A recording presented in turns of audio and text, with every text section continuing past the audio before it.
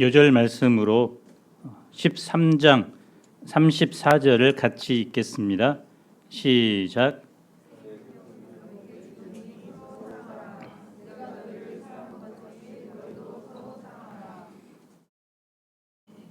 요한복음 13장 이후를 영광의 책으로 불립니다. 예수님께서 죽으시고 부활하여 주님이 이 땅에 오신 목적을 이루시고 창조 이전의 영광으로 회복하시기 때문입니다. 특별히 오늘 13장부터 16장은 다락방 광야로 부릅니다. 예수님의 유언입니다. 예수님은 제자들의 발을 씻어주시고 이를 기초로 서로 사랑하라는 새 계명을 주셨습니다. 기독교의 핵심은 사랑입니다. 그 사랑의 뿌리가 무엇일까요? 그리고 사랑의 열매는 어떻게 나타나야 할까요? 제1부 제자들의 발을 씻기신 예수님 1절로 17절입니다. 1절을 봅시다. 유월절 전에 예수께서 자기가 세상을 떠나 아버지께로 올라갈 때가 이른 줄 아시고 세상에 있는 자기 사람들을 사랑하시되 끝까지 사랑하시니라.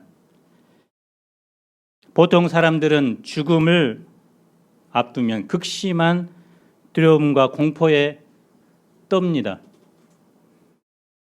박효진 장로님이 사형수들의 공통적인 모습을 이야기했는데 사형장으로 끌려가는 죄수들은 최대한 걸음을 느릿느릿하고 또 극한 공포심 때문에 오줌을 싸는 분들이 많다고 합니다.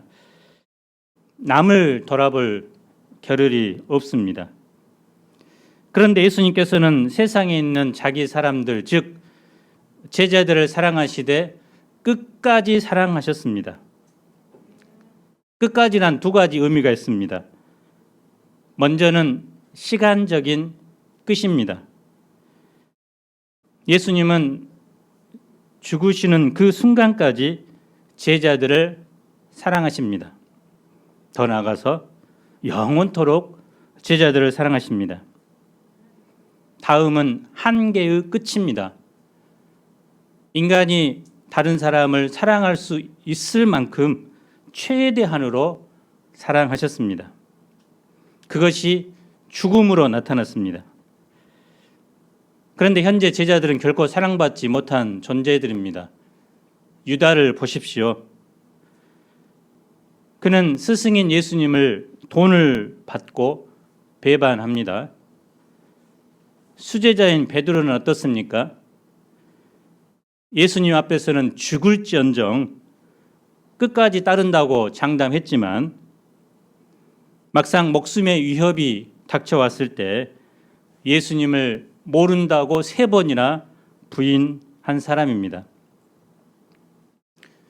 인간의 사랑은 때에 따라 변하는 야속한 사랑이지만 예수님의 사랑은 언제나 변함없이 동일한 사랑입니다. 그런데 지금 제자들 가운데는 해결되지 않으면 안 될 문제가 있었습니다. 제자들 상호 간의 섬김과 사랑의 문제입니다. 제자들은 예수님을 따라다니면서 누가 크냐라는 문제로 서로 시기하고 경쟁했습니다. 이것이 왜 문제가 될까요? 지금은 예수님이 계시니까 예수님을 구심점으로 해서 잘 모일 수 있지만 예수님이 그들을 떠나시면 지금의 상태로는 분열되고 흩어지게 될 것입니다. 경쟁하고 시기하는 데 익숙해진 제자들, 서로를 전혀 귀하게 여길 줄 몰랐습니다. 앞으로 그들이 예수님의 뒤를 이어서 구속 역사를 이어나갈 수 없습니다. 제자들은 이런 문제를 놓고 예수님은 무엇을 하십니까? 4절을 봅시다. 예수님은 갑자기 저녁 잡수신 자리에서 일어나셨습니다. 그리고 겉옷을 벗으시더니 수건을 허리에 두르셨습니다. 또 대야에 물을 담아 제자들의 발을 하나씩 씻기 시작합니다. 배반할 유다의 발까지 씻어주십니다. 그리고 수건으로 제자들의 발을 일일이 닦아주십니다. 예수님의 이 돌발적인 행동에 제자들은 몹시 당황스러웠습니다. 이럴 줄 알았으면 진작 발톱이라도 좀 자르고 올 것을. 그들은 무안해서 발가락만 꼼지락꼼지락 했습니다. 예수님은 제자들의 발을 씻으면서 야, 너 도대체 발 며칠 만에 한 번 씻어? 아이고, 이 무좀 좀 봐라. 더러워 죽겠네. 하며 핀잔 주지 않았습니다. 12명이나 되는 24개의 발을 또 120개의 발가락을 일일이 닦아주셨습니다. 영광과 존귀를 받기에 합당하신 하나님의 아들이 제자들의 냄새나는 더러운 발을 닦아주다니 제자들에게는 평생 잊지 못할 밤이 되었습니다. 그런데 6절을 보십시오. 베드로는 예수님의 손목을 붙들면서 말합니다. 예수님, 내 발도 씻으신다고요? 절대로 씻을 수 없습니다. 절대로. 예수님은 왜 제자들의 발을 씻어 주셨을까요? 첫째, 십자가에 흘린 예수님의 피로 우리의 죄를 씻는 것을 상징하기 때문입니다. 8절 하반절을 읽어봅시다. 시작.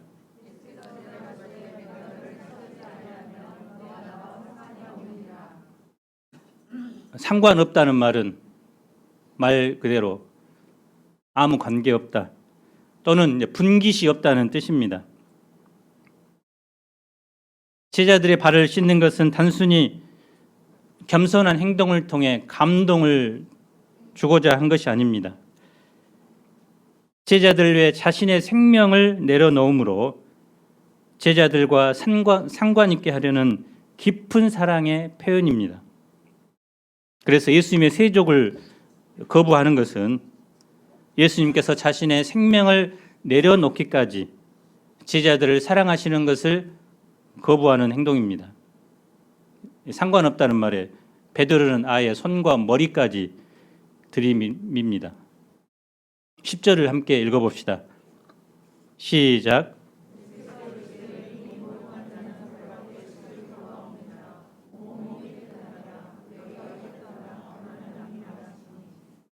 우리야 여름에는 하루에 한 번씩 목욕을 하지만 물이 귀한 팔레스틴 사람들은 보통 명절에 한 번씩 목욕 재개하고 대부분은 손과 발만 씻었습니다. 본문에서 목욕을 한다는 것은 죄를 회개하고 예수님을 구주로 영접함으로 성령으로 거듭나 새 사람이 되는 것을 말합니다. 이것은 거듭남으로써 일생에 한 번 있는 것입니다. 반면 이 발을 씻는다는 것은 거듭난 이후에 일상생활 중에 더러워진 것을 주님 앞에 그때그때 고백함으로써 죄 씻음 받는 것을 의미합니다. 성 어거스틴이 쓴 참회록을 보면 그는 하나님 앞에서 지난날의 모든 죄를 철저하게 회개하는 장면이 나옵니다. 심지어는 어렸을 때 엄마의 젖꼭지를 깨문 것까지 회개를 합니다. 그 외에도 기억나지 않는 무의식의 죄까지도 철저하게 회개합니다. 자기 여동생과 같은 수도원에서 살았지만 자기 여동생도 여자이기 때문에 자기가 생활하는 방에는 절대 들어오지 못하게 철저하게 선을 그어놓고 살았다고 합니다. 그의 벽에는 이런 성경이 걸려 있었습니다. 하나님이여 주의 인자를 따라 내게 은혜를 베푸시며 주의 많은 긍휼을 따라 내 죄악을 지워 주소서. 나의 죄악을 맑게 씻으시며 나의 죄를 깨끗이 제하소서. 우슬초로 나를 정결하게 하소서. 내가 정하리이다. 나의 죄를 씻어 주소서. 내가 눈보다 희리이다. 하나님이여 내 속에 정한 마음을 창조하시고 내 안에 정직한 영을 새롭게 하소서. 그는 시편 51편 다윗이 우리아의 아내를 범하고 눈물을 흘리며 회개하며 쓴 시를 자기가 생활하는 방벽에 걸어놓고 날마다 묵상하며 회개하며 살았다고 합니다. 그는 하나님과 자신의 관계가 조금이라도 막히거나 서먹서먹해지지 않고 항상 진실하고 사랑이 넘치는 관계를 유지하고자 한 것입니다. 둘째, 다른 사람의 허물과 약점을 감당해 주는 것입니다. 14절, 15절을 함께 읽어봅시다. 시작.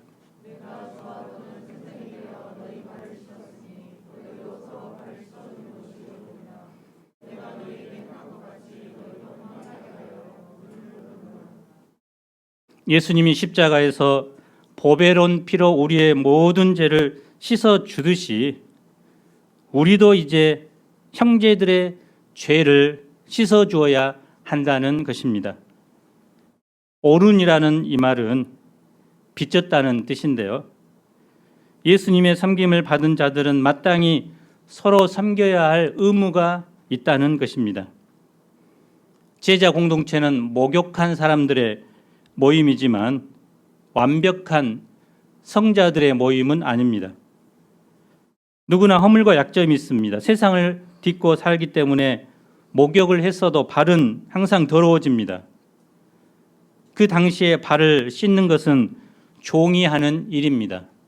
그런데 그 종조차도 의무적으로는 이런 일을 하지 않았다고 합니다. 서로 발을 씻어 주라는 것은 내가 상대방의 종이 되라는 것입니다. 상대방의 무엇이 되라고요? 종은 주인이 밖에 나가서 발에 뭔가 묻혀오는 것을 판단하거나 비난하지 않습니다.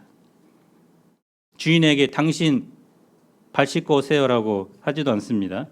묵묵히 주인의 발을 깨끗이 씻어줍니다. 그러면 주인의 발은 깨끗해집니다. 그래서 목욕한 성도들의 모임은 이처럼 서로 종이 되고 서로 섬기고 서로 낮아지는 세상에서 발견할 수 없는 독특한 공동체가 되는 것입니다. 이것이 천국의 모습입니다. 17절을 보십시오. 읽어보겠습니다. 시작.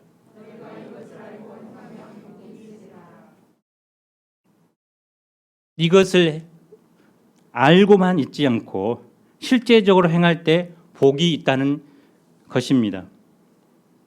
다른 사람의 허물을 감싸줄 때 하나님께서 예비하신 외적인 복을 준다는 것입니다. 뿐만 아니라 섬기는 삶을 살 때 내적인 행복이 임한다는 것입니다.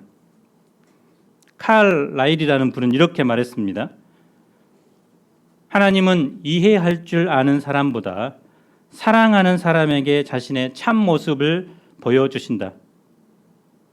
그래서 한마디로 머리 좋은 사람보다는 예수님처럼 실제로 낮아져서 다른 사람의 발을 씻어주고 사랑하려는 그 사람에게 자신의 참 모습을 이해시켜 준다는 것입니다.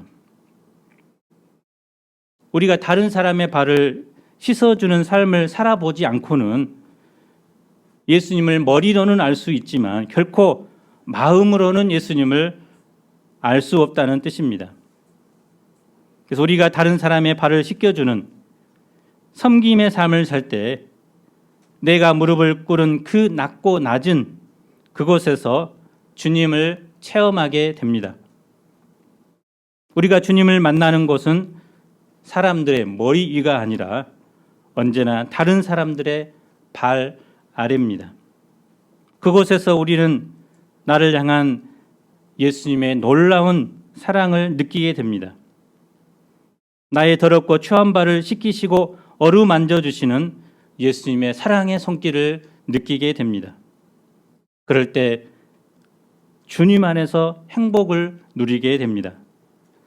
핍박과 박해가 많은 초대교회 시대에 그리스도를 믿지 않는 한 이교도가 그리스도인 공동체를 보면서 다음과 같은 글을 남겼다고 합니다. 보라, 이 그리스도인들이 서로를 얼마나 사랑하는지를, 그리고 서로를 위해 기꺼이 죽을 각오까지 되어 있는 모습을. 초대교회가 그 많은 핍박과 고난 중에서도 세상에 정복당하지 않고 오히려 세상을 이긴 그 배경에는 바로 목숨을 내어놓고 서로의 발을 씻어주는 사랑에 있었습니다. 프란시스 셰퍼는 그리스도인에게 있어서 사랑은 기독교인의 가장 뚜렷한 표지이며 가장 효과적인 전도 방법이며 세상에 그리스도를 나타낼 수 있는 최종적인 변증학이라고 말했습니다. 오늘날은 내 발은 내가 씻고 네 발은 네가 씻는 세상입니다. 개인주의가 극도로 팽배되어 있습니다. 서로에 대해서 무관심합니다. 저마다 내일, 내 가정, 내 자녀, 내 장래, 내 형편, 나 중심으로 살아갑니다. 이런 세상에서 우리도 서로에 대해서 최대한 간섭하지 않는 것이 애의인 것처럼 보입니다. 간섭하지 않는 것이 어떻게 보면 편하고 좋습니다.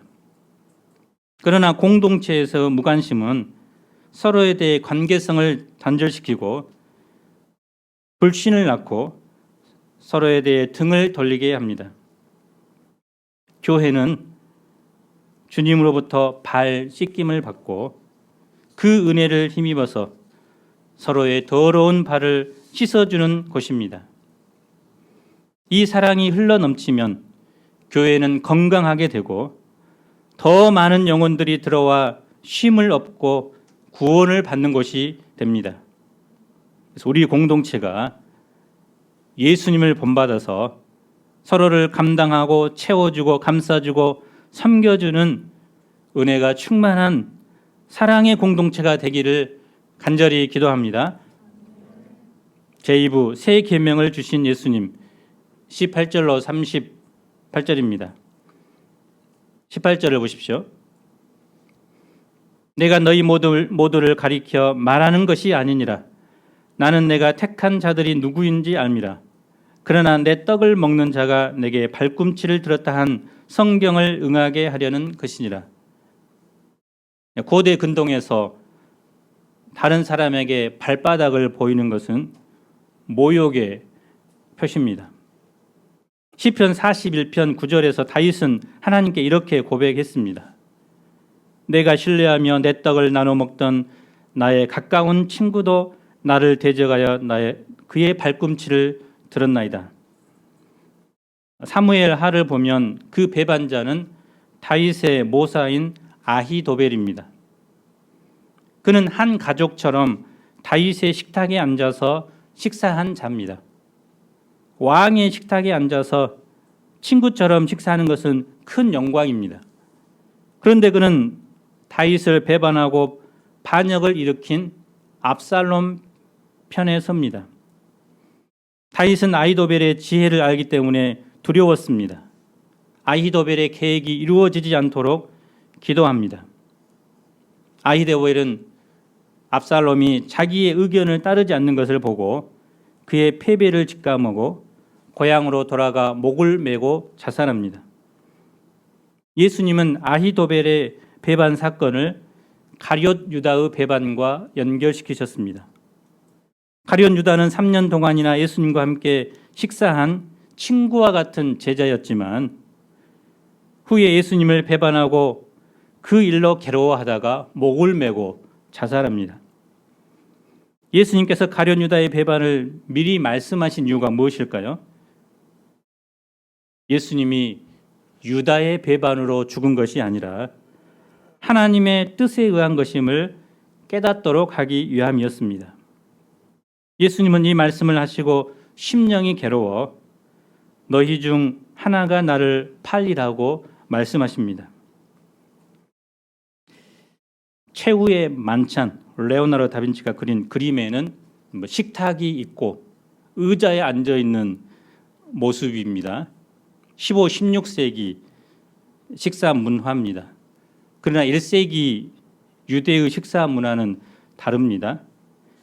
말, 발굽, 앉은뱅이 책상, 그래서 U자 반대, U자를 반대방으로 이제 돌리면 앉은뱅이 책상이 있고 그 왼쪽에 첫 번째 자리가 요한의 자리, 두 번째가 가장 귀한 예수님의 자리, 그리고 예수님의 왼쪽 부분이 유다, 그리고 말 발굽의 반대편 마지막 끝자리가 베드로의 자리라고 이제 학자들은 연구를 했습니다. 베드로는 예수님이 말석에 앉으면 주인이 장하여 상석에 앉을 것을 기대하고 말석에 앉은 것 같습니다. 그래서 왼쪽 손목으로 지탱하고 비스듬히 앉으면 요한이 예수님의 가슴에 안기겠죠.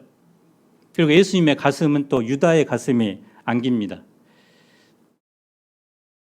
베드로가 맞은편에 있는 요한에게 그놈이 누구냐고 이제 예수님께 물어봐라고 합니다. 예수님은 내가 떡 한 조각을 찍어준 사람이 그라고 합니다. 그래서 오른손으로 찍어서 옆에 있는 유다의 입에 먹여줍니다.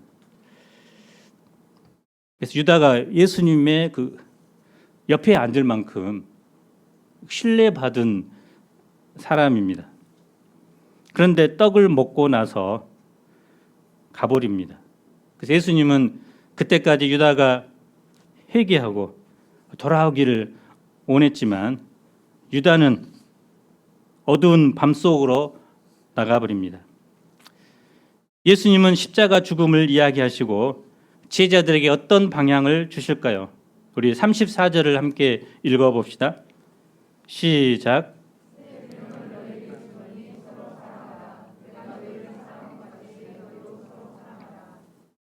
새 계명을 주셨습니다. 유언적으로 주신 계명입니다. You must love one another. 선택사항이 아니라 절대로 순종해야 할 말씀이라는 것입니다. 구약에도 사랑에 대한 계명이 있습니다. 레위기 19장 18절은 이렇게 말합니다. 내 이웃 사랑하기를 내 자신과 같이 사랑하라. 나는 여호와이니라. 이 계명은 내 몸을 사랑하는 것이 사랑의 기준입니다. 그런데 새 계명에서 그 사랑의 뿌리, 그 기준은 무엇일까요? 예수님께서 제자들을 사랑하신 것처럼입니다. 그래서 우리는 다른 사람을 사랑할 때 내 기준이 아니라 예수님이 다른 사람을 어떻게 사랑하는가라는 것이 제자들의 기준이 되어야 합니다. 예수님은 종이 되어 발을 씻기까지 사랑하셨습니다. 예수님은 끝까지 사랑하셨습니다. 십자가에서 자기의 목숨을 버리기까지 사랑하셨습니다. 이 예수님의 사랑에는 어떤 조건도 한도도 없습니다. 상대방의 상황에 따라 변하지도 않습니다. 이 사랑이 바로 제자들이 베풀어야 할 사랑의 기준입니다. 그래서 요한일서 4장 10절은 이렇게 말씀합니다. 한번 읽어봅시다. 시작.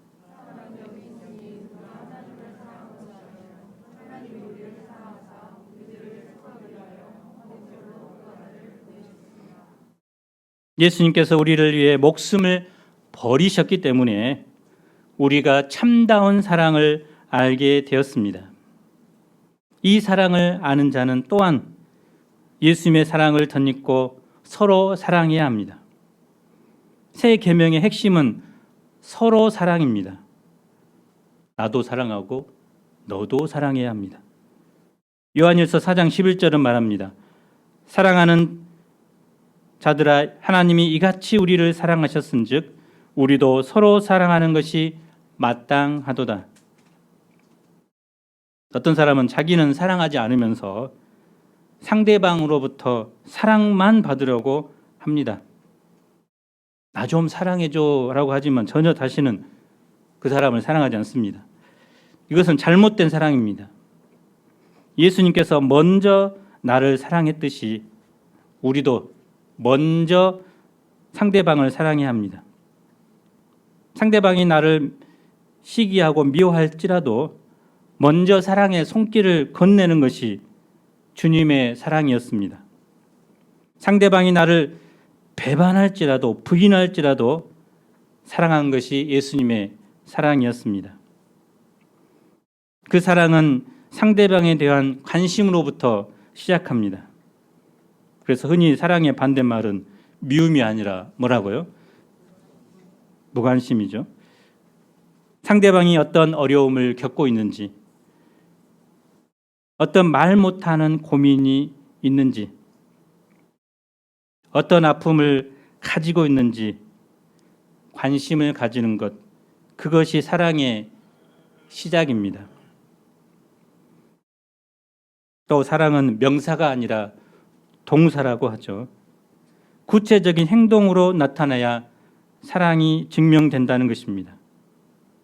그것은 약점을 볼 때 정죄로 나타나지 않고 감싸주는 것, 허물이 나타나면 감당해 주는 것입니다.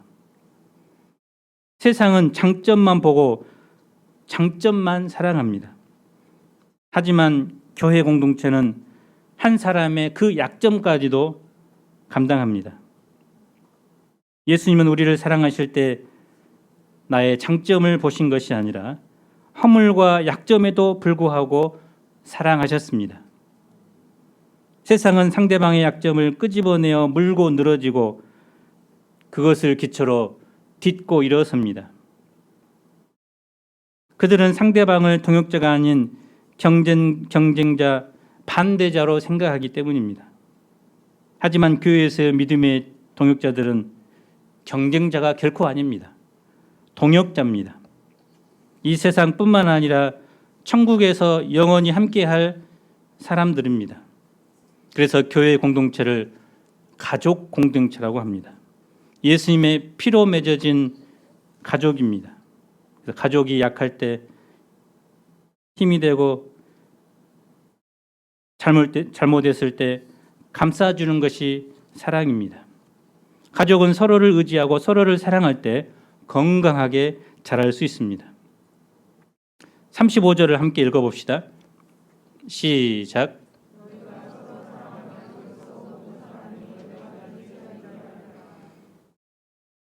세상이 우리를 예수님의 제자로 인정하게 되는 것은 교회가 기적을 행하기 때문이 아니라 또 교회가 하나님의 축복을 받기 때문이 아니라 우리가 서로 사랑하면 세상은 우리가 바로 예수님의 제자임을 깨닫게 됩니다. 카슨이라는 분은 이렇게 말했습니다. 이 새 계명은 걸음마를 시작한 아이라도 외우고 이해할 수 있을 만큼 간단하기도 하지만 아주 심오하기 때문에 성숙한 그리스도인이라도 그 깊은 사랑의 의미를 자신들이 잘 이해하고 있지 못하며 또 실천하고 있지 못한 사실에 당황하게 되기도 한다. 이와 같은 수준의 기준이라고 한다면 생각이 깊은 그리스도인은 주님이 재림있기 전에는 새 계명의 기본적인 가르침을 완벽하게 지키고 있다고 말할 수 없을 것이다. 그만큼 말은 쉽지만 지키기는 결코 쉽지 않다는 것입니다. 그래서 서로 모르는 사람들이 교회에 와서 서로 사랑한다는 것은 기적 중에 기적입니다.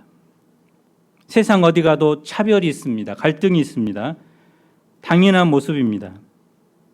성령의 강권적인 역사가 없는 한 사람들은 찢겨지고 싸우고 서로 핥히고 나누이는 것이 인간 사회의 정상적인 모습입니다. 당연히 차별이 있고 갈등이 있어야 할 사람들끼리 함께 모여 생활하고 있는데 그들이 나누어지지 않고 하나가 되어 서로 사랑하는 모습을 볼 때 사람들은 우리를 예수님의 제자로 인정하지 않을 수 없게 됩니다. 세상이 우리를 진정으로 예수 믿는 사람으로 인정하는 것은 우리가 서로 뜨겁게 사랑하는 모습을 보일 때입니다. 가난하다는 것, 못 배웠다는 것, 수치스러운 과거를 가졌다는 것, 그런 것들이 전혀 문제가 되지 않습니다. 우리는 주님 안에서 서로 어울려 하나가 될 수 있는 사람들입니다. 세상 그 어디에 가서도 쉼을 얻지 못하고 손가락질과 정죄를 당하던 사람들이 이제는 교회에 와서 아무것도 두려워하지 않고 편안하게 들어와 예배하고 하나님과 또 성도 서로 간의 사귐을 가질 수 있는 교회, 그런 교회가 바로 천국의 모습입니다. 그런 교회를 우리가 추구해야 합니다. 세상에 영향력을 끼치는 것, 우리가 서로 사랑하면 됩니다. 사람들은 우리의 서로 사랑을 보고 예수님께로 나올 것입니다. 왜냐하면 사람은 본질적으로 사랑을 사모하기 때문입니다. 그래서 우리 모임이 서로의 약점을 정지하고 판단하기보다 서로 감당해주고 뜨겁게 사랑함으로 초대 교회와 같은 뜨거운 사랑의 용광로가 되기를 기도합니다. 불신자들이 우리 산부를 보면서 서로 목숨까지 버리기까지 그 사랑의 모습을 보고 감동하기까지 우리가 서로를 뜨겁게 사랑합시다.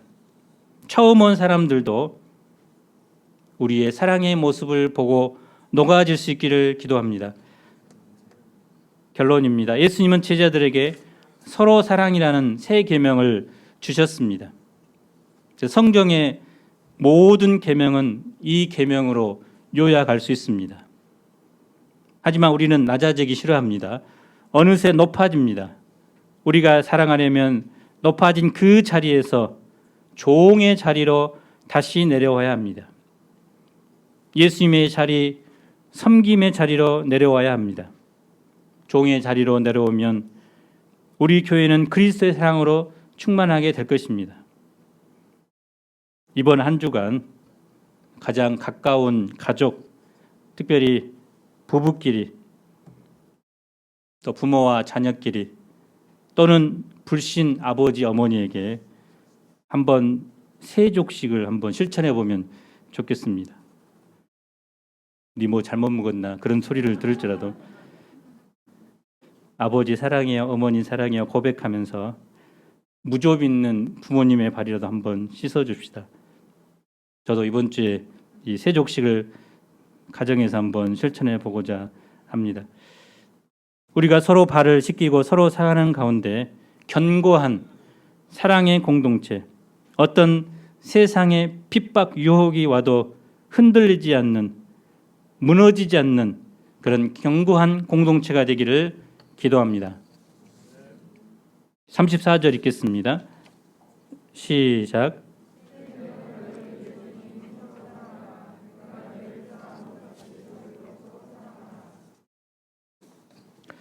하나님 아버지, 예수님은 만왕의 왕, 만주의 주시지만 무릎을 꿇고 가장 낮은 자리에서 제자들의 냄새나는 발을 씻어주십니다.